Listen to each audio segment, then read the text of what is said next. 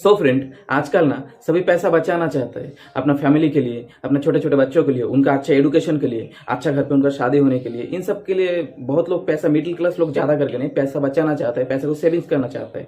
बहुत लोग तो इन्वेस्ट भी करता है, पर उनको मालूम ही नहीं है इन्वेस्ट करना कहाँ है। कोई LIC कर लेता है, कोई म्यूचुअल फंड में चला जाता है, कोई स्टॉक मार्केट में भी आ जाता है, बट उनको एनालिसिस करना ही नहीं आता, रिसर्च करना ही नहीं आता, फंडामेंटल एनालिसिस नहीं आता, टेक्निकल एनालिसिस समझते नहीं है वो लोग। तो कैसे एक अच्छा स्टॉक पिक करेगा?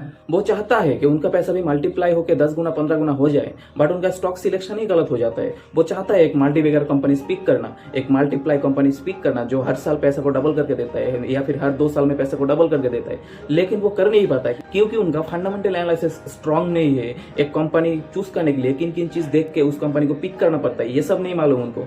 तो आज का वीडियो में हम ये सभी कवर करेंगे, एक अच्छा कंपनी आप कैसे पिक कर सकते हो, कैसे एक मल्टीबैगर कंपनी पिक करके अपना पैसा को मल्टीप्लाई करते हुए 10 गुना 15 गुना 20 गुना कर सकते हो। फ्रेंड, वीडियो बहुत ही नॉलेजेबल होने वाला है। वीडियो का एक सिंगल पार्ट भी मिस मत करो, बिना किसी स्किप के वीडियो को शुरू से लेकर एंड तक देखो। और तो और एंडिंग में मैं आपको एक गोल्डन टिप्स देने वाला हूं, जो टिप्स आपने फॉलो किया ना, आपका स्टॉक मार्केट में लॉस कभी नहीं होगा। बहुत लोगों का दिमाग में रहता है कि स्टॉक मार्केट में क्या है, लॉस होता है लोगों का।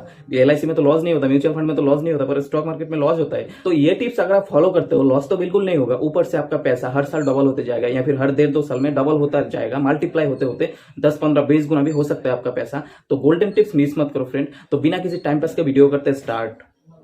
स्टॉक सिलेक्शन में पहला नंबर पे आता है friend, simple companies simple business. जिस कंपनी का बिजनेस को आप समझ सकते हो, जिस कंपनी का बिजनेस के साथ कहीं ना कहीं आप जुड़े हुए हो, वैसे वाला कंपनी आपको हमेशा पिक कर। जैसे कि फ्रेंड टाटा मोटर्स क्या करता है, टाटा का मारुति या फिर ट्रक बनाता है, तो ये हम सभी जानते हैं। और टाटा का ट्रक में हम जाते भी है किधर भी, कोई कोई लेके भी रखा है, टाटा का 4 व्हीलर भी लेके रखा है। तो ऐसा सिंपल बिजनेस में जो वाला बिजनेस आप समझ सकते हो, ऐसा ही बिजनेस में आप इन्वेस्ट करो। ऐसा नहीं कि आप जैसे कि गूगल में इन्वेस्ट करने चले गए, गूगल का बिजनेस आप समझते ही नहीं हो तो कैसे क्या इन्वेस्ट करोगे वहां पे।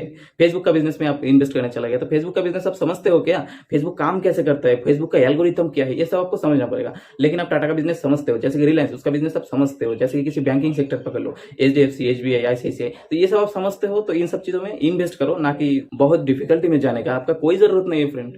नंबर सेकंड में आता है फ्रेंड, रेगुलर यूज प्रोडक्ट। जिन कंपनी का जिन प्रोडक्ट आप रेगुलर यूज करते हो, वैसे वाला कंपनी में हमेशा इन्वेस्ट करो। जैसे कि कोलगेट कंपनी हो गया, या फिर ऑयल कंपनी हो सकता है, पेट्रोल पंप का सेक्टर हो सकता है, बैंकिंग सेक्टर हो सकता है। जैसे कि आप SBI में हमेशा जाते हो, SBI में काम करते हो, ICICI में काम करते हो, तो इन सब चीजों में जाओ। कोलगेट यूज करते हो तो वैसे वाला कंपनी ढूंढो। जैसे कि आप सिगरेट फूकते हो तो वो वाला कंपनी में जाओ। आपको मालूम ही है, मैं बार बार नाम नहीं ले सकता।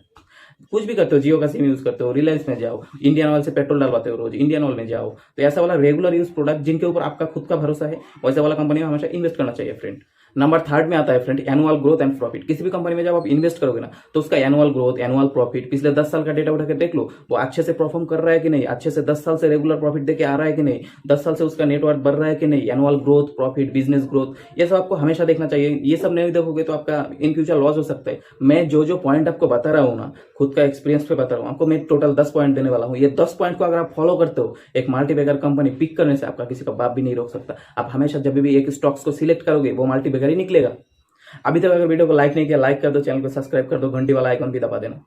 तो स्टॉक सिलेक्शन में 4 नंबर पे आता है friend, blue chip companies. Blue chip companies क्या होता है, मैं हर एक वीडियो पे यही बताते हुए आया हूँ। ब्लू चिप कंपनी जिसका ग्राफ हमेशा ऊपर ही जाता है, किसी भी टाइम फ्रेम के लिए उठा लो, 1 हफ्ता, 1 साल, या फिर 3 महीना, 6 महीना, 5 महीना, 1 साल, 2 साल, 5 साल, 3 साल, किसी भी टाइम फ्रेम के लिए जब आप उठाते हो ना उसका ग्राफ को, वो हमेशा आपको ब्लू में या फिर ग्रीन में ही दिखाई देगा, वो कभी रेड में नहीं जाता है फ्रेंड। तो ऐसा वाला कंपनी को हम ब्लू चिप कंपनी कहते हैं। उसका चार्ट को एनालिसिस करते हुए आपको देखना पड़ेगा वो ब्लू चिप है कि रेड चिप है।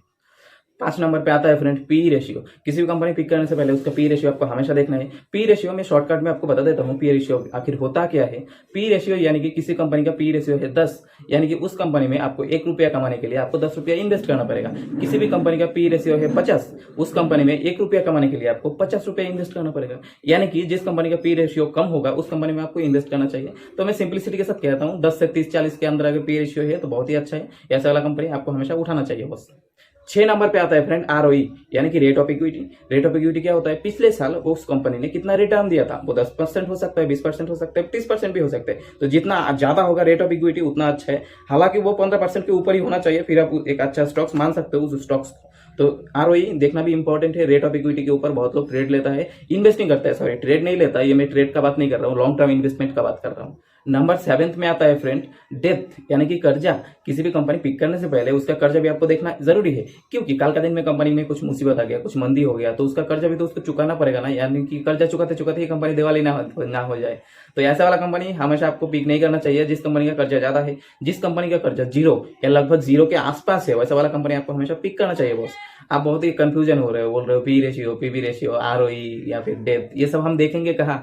किसी भी कंपनी जब आप पिक करोगे ना, उसको ओवरव्यू में जाओगे, वहाँ पे आपको सब दिखाई देगा। या फिर स्क्रीनर डॉट नाम का एक वेबसाइट है, स्क्रीनर.in पे जाओ, कंपनी का नाम सर्च करो और पूरा डिटेल्स आपको दे देगा। उस कंपनी का पी रेशियो क्या है, बुक वैल्यू क्या है, कैश फ्लो कितना है, प्रॉफिट एंड लॉस क्या है, चार्ट क्या है, ग्राफ क्या है, प्रॉफिट, रेवेन्यू, सब कुछ A to Z, डिविडेंड कितना देता है, उसके ऊपर कर्जा कितना है, A to Z आपको दे देगा स्क्रीनर.in पे, आप जाके चेक कर सकते हो।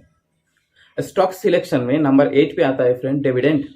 किसी भी कंपनी पिक करने से पहले उसका डिविडेंड आपको हमेशा देख लेना चाहिए। कोई कंपनी 1% देता है, कोई 2% देता है, कोई 1.5% देता है, तो डिविडेंड आपको हमेशा चेक करना पड़ेगा, क्योंकि डिविडेंड जो कंपनी डिविडेंड देता है, यानी कि वो कंपनी लॉस मेकिंग कंपनी नहीं है, प्रॉफिट मेकिंग कंपनी है वो कंपनी। ये आपको हमेशा ध्यान में रखना है। जो कंपनी डिविडेंड देता है ना, वो वाला कंपनी में आपको हमेशा इन्वेस्ट करना चाहिए। डिविडेंड नहीं देता है, कहीं ना कहीं उसमें इन्वेस्ट करना थोड़ा बहुत रिस्की हो जाता है फ्रेंड।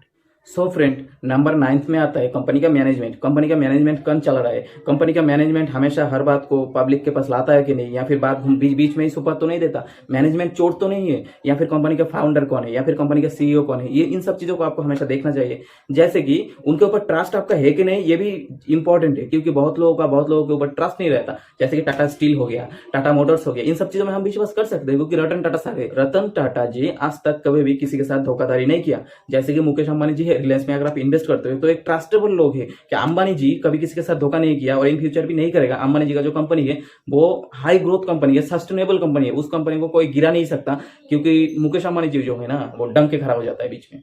तो ऐसा हमेशा आपको देखना चाहिए, मैनेजमेंट कौन चल रहा है, फाउंडर कौन है, सीईओ कौन है, ये सब वगैरह बातें रहो। चलो लास्ट एंड नंबर 10 पे आता है फ्रेंड सेक्टर टॉप कंपनी। किसी भी सेक्टर में जब आप इन्वेस्ट करते हो, आईटी सेक्टर हो सकता है, ऑयल सेक्टर हो सकता है, बैंकिंग सेक्टर हो सकता है, सीमेंट सेक्टर हो सकता है। बैंकिंग सेक्टर हो गया, टॉप में कौन है, आईटी सेक्टर हो गया, टॉप 1-2 कंपनी में है, आप इन्वेस्ट करो। नीचे का कंपनी में इन्वेस्ट करने का कोई जरूरत नहीं, मैं बहुत वीडियो में बताया ऑलरेडी ये सब बात, तो ज्यादा बताने का जरूरत नहीं है। नीचे का कंपनी में इन्वेस्ट नहीं करना चाहिए, हमेशा ऊपर का टॉप का 1-2 कंपनी में ही इन्वेस्ट करो, प्रॉफिट में रहोगे बस।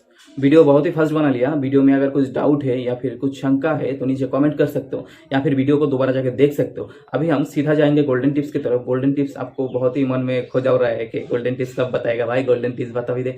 उससे पहले वीडियो को लाइक और चैनल को एक सब्सक्राइब जरूर कर देना, क्योंकि आप सब्सक्राइब नहीं करते। बाजू वाला घंटे भी दबा देना, वो इंपॉर्टेंट है, ताकि मेरा नया वीडियो का आपको नोटिफिकेशन मिलता रहे। तो गोल्डन टिप्स की तरफ सीधा जाएंगे। सो फ्रेंड, गोल्डन टिप्स ये है, ये जो मैंने 10 टिप्स बताया आपको, ये 10 टिप्स के ऊपर अगर आप ट्रेड लेते हो, ये 10 टिप्स को फॉलो करके ट्रेड लेते हो, तो और एक चीज जो आपको करना जरूरी है, इंपॉर्टेंट है, वो होता है स्टॉप लॉस।